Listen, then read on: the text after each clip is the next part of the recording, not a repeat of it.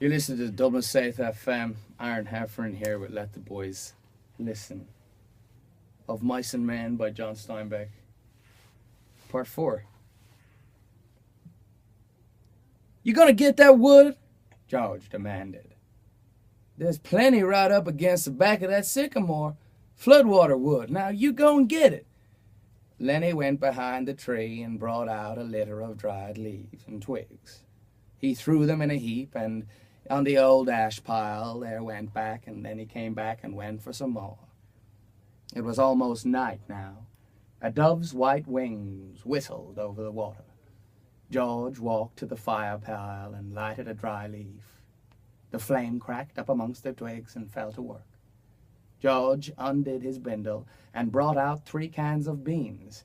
He stood them about the fire, closed in against the blaze, but not quite touching the flame. There's enough beans for 4 men here, George said. Lenny watched him from over the fire. He said patiently, I like 'em with ketchup. Well, we ain't got any ketchup, George exploded. Whatever we ain't got, that's what you want. God almighty, if I was alone, I could live so easy. I could get a job and go to work and ain't be no trouble. No mess at all. And when the end of the month come around, I could take my $50 and go into town and get whatever I wanted. Well, I could stay in the cat house all night.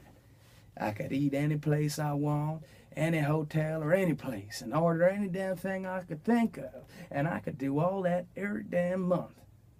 Get a gallon of whiskey, or sit in the pool, or room and play cards, and shoot pool. Lenny knelt and looked over the fire at the angry George, and Lenny's face was drawn with terror. And what I got, George went on furiously. I got you. You can't keep a job, and you lose me every job I get. Just keep me shoveling, and just keep me shoveling all the way over all the country, all the time. And that ain't the worst of it. You got in trouble. You get in trouble everywhere we go. Everywhere we go, every turn we take. You do bad things, and I get to get you out of it. I got to get you out for good. His voice rose nearly to a shout. You're a crazy man, you know that? You keep me in hot water all the time. And you took on the elaborate manner of little girls when they ain't mimicking one another. Just wanted to feel the girl's dress. You just wanted to feel that girl's dress, didn't you? Well, you just wanted to pet it like it was a mouse. Well, she jerked back. What the hell did she think about that? You were holding on just like it was a mouse, and she yells, and we gotta hide from it. We gotta hide, and she started getting irritated, just like a mouse. She wails, and we went hide in an irrigation ditch, all with those guys looking for us. And we gotta sneak out into the dark and then get you in the country. All the time, something like that. All the time. I wished I could put you in a cage with about 1,000,000 mice and let you have fun. His anger rose and left him suddenly. He looked across the fire at Lenny's anguished face, and then he looked ashamedly at the flames. It was quite dark now, but the fire lighted the trunks of the trees and the curving branches overhead. Lenny crawled slowly and cautiously around the fire until he was close to George. He sat back on his heels. George turned the bean can to one side so that another side faced the fire. He pretended to be unaware of Lenny's so close behind him. George? Very softly.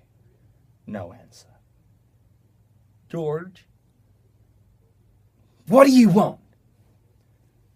I was only fooling, George. I don't want no ketchup.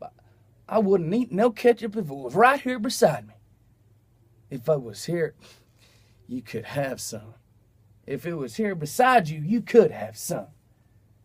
But I wouldn't eat none, George. I'd leave it all for you. You could cover your beans with it, and I wouldn't never even touch none of it. George still stared morosely at the fire, and when I happened to see them, when I think of swell times I could have with you, I go nuts. I'll never get no peace. Lenny still knelt. He looked off into the darkness across the river. George, You want I should go away and leave you alone? Where the hell would you go? Well, I could go off into the hills there, someplace I'd find a cave, and yeah, how would you eat? You ain't got no sense enough to find yourself some eats. I'd find things, George. I don't need no nice food with ketchup. I'd lay out in the sun and nobody'd hurt me. And I'd find a mouse, and I could keep it, and nobody'd take it away from me. George looked quickly and searchingly at him. Look, I've been mean, ain't I? I've been real mean. Sorry, Lenny. If you don't want me, I can go off into the hills and find a cave, and I can go away anytime. No, look, I was just fooling, Lenny, because I want you to stay with me right here. The trouble with mice is you always kill them. He paused. Tell you what I'll do, Lenny. At first chance I get, I'll give you a pup. Maybe you wouldn't kill it, huh? That'd be better than mice, wouldn't it? And you could pet it harder. Lenny avoided the bait. He had sensed his advantage. If you don't want me, you only just gotta say so, and I'll go off into those hills right there, right up in them hills, and live by myself. And I won't get no mice stolen from me. George said, and I want you to stay with me, Lenny. Jesus Christ, somebody'd shoot you for a coyote if you was by yourself. No, you stay with me. Your Aunt Clara